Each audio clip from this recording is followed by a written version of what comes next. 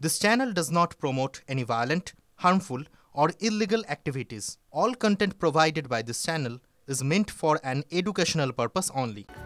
এবার বিজেপি নেতাদের পদাঘাত করে বাংলাদেশে পুশব্যাকের হুমকি তৃণমূল নেতার।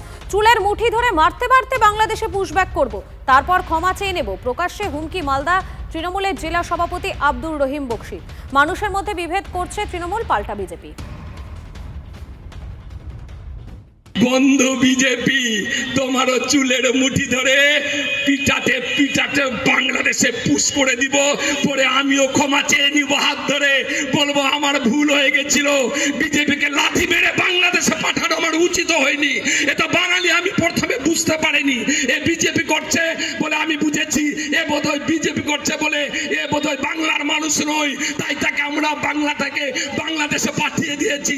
বিজেপি বন্ধ, স্বপ্ন দেখছো, হুঁশিয়ার থাকো, সাবধান থাকো। যেইভাবে জালালপুরের ছেলেটাকে অন্যায় ভাবে বাংলাদেশে পাঠিয়ে মুখে চুন কালি মেখে আবার তাকে ফিরিয়ে নিয়ে এসছো, আমরাও তোমাদেরকে সেইভাবে লাথি মেরে বাংলাদেশে পাঠিয়ে দিব।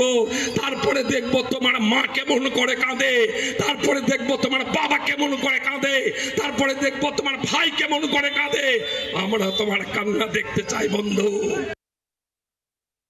সমস্ত রকমের অধিকারকে প্রতিষ্ঠা করবার জন্য বিজেপি তাদের জন্য লড়াই করছে, আমাদের দেশের সমস্ত মানুষের জন্য, পশ্চিমবাংলার সমস্ত মানুষের জন্য, তাদের জন্য লড়াই করছে, তারা যাতে তাদের অধিকারটা পেতে পারে। আর এই তৃণমূল কংগ্রেস মানুষকে ভাগ করছে, হিন্দু মুসলিমের দাঙ্গা বাঁধাচ্ছে, সন্ত্রাসবাদীদের মদত দিচ্ছে। ওটা বিজেপি কথায় কথায় বলে ওদের পাঠাবো, ওইটা বলতে গিয়ে কোথাও একটা কিছু বলেছেন, ফলে পুরোটা না শুনে বলতে পারবো।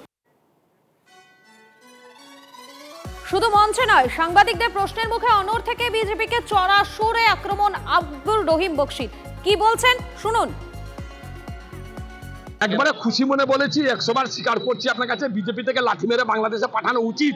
আমরাও বিজেপির নেতা যারা বসে কলকাতায় বড় বড় ভাষণ দিচ্ছেন, তাদের পিছনে লাঠি মেরে ভাগিয়ে দিব, আর পরে তাদের পা ধরে ক্ষমা চেয়ে বলবো বোধহয় আমাদের ভুল হয়েছে। তাদেরকে একবার পাঠিয়ে দেখবো তার বাড়ির লোক কেমন কান্নাকাটি করে আর তার কেমন লাগে।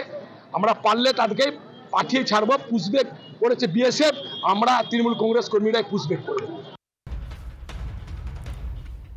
কেউ গত হয়েছেন প্রায় 20 বছর আগে, আবার কেউ 15 বছর আগে, কিন্তু তারা এখনো পর্যন্ত হাওড়া উত্তরের ভোটার। 45 জন ভুতুরে ভোটারের খোঁজ মিলল একটাই বুথে, হাওড়া পুরসভার 13 নম্বর ওয়ার্ডের 218 নম্বর বুথে ভুতুরে ভোটারের ভিড়। কমিশনকে জানানোর পরেও কাজের কাজ কিছুই হয়নি বলে অভিযোগ। আমার বাবার নাম আছে ভোটার লিস্টে, উনি গত বছর মারা গেছেন, আর মায়েরও নাম আছে ভোটার লিস্টে, উনি 2012 সালে মারা গেছেন। আর আমার আছেই কি নাম, মায়ের নাম হচ্ছে বিদ্যা দেবী আর বাবার নাম হচ্ছে শ্রীধর নারায়ণ চৌবে। কাউন্সিলর জানে, ও কাউন্সিলর জানে। হ্যাঁ, এখানকার যে লোকাল কাউন্সিলর আছে ওকে আমরা জানিয়ে দিয়েছি কি উনি মারা গেছেন। হ্যাঁ, ক্রিমেশন হয়েছে, এখানে বান্ধাঘাটি হয়েছে, ওখানে ও মানে সবে জমা হয়েছিল কি উনি মারা গেছেন। এবারে সরকারি তন্ত্র কাজ সরকার বুঝবে, আমরা কি জানি। শাসক দলের হয়ে ভোট দেয় ভুতুরে ভোটার, অভিযোগ করছে বিজেপি। অন্যদিকে নির্বাচন কমিশনের ঘাড়েই দায় ঠেলেছে তৃণমূল। এই বুথে আমি নিজে থেকে যে বুথের ভোটার লিস্ট দেখেছি, সেখানে এখন পর্যন্ত আমি যাদেরকে চিনি সেরকম 45 জন মৃত ভোটারের নাম ভোটার লিস্টে আছে। এর জন্যেই কিছু লোক চাইছেন যে যাতে এই ভোটার লিস্টে একটাও নাম বাদ যেন না যায়। এই যে ভূত প্রেত ডাইন পিচাস আছে তারা এই ভোটার লিস্টে থাকুক, আর এইভাবেই পশ্চিমবাংলার যে লোকতন্ত্রের উপহাস হচ্ছে সেটা চলতে থাকে। বিএলএ থাকে, তারা বারবার করে মৃত ভোটারের নাম লিখে 8 নম্বর ফর্ম দিয়ে নির্বাচন কমিশনকে জানাচ্ছে। দোষটা কোথায়? তাদেরকে বলা হচ্ছে ডেথ সার্টিফিকেট দিতে। কোনো বাড়িতে কোনো পরিবারে গেলে তার ছেলে মেয়ে, তার ছেলের বউ বা তার স্ত্রী ডেথ সার্টিফিকেট কোনো পার্টির এজেন্টকে দেবে? আমরা চাই নিরপেক্ষ ভোটার লিস্ট তৈরি হোক।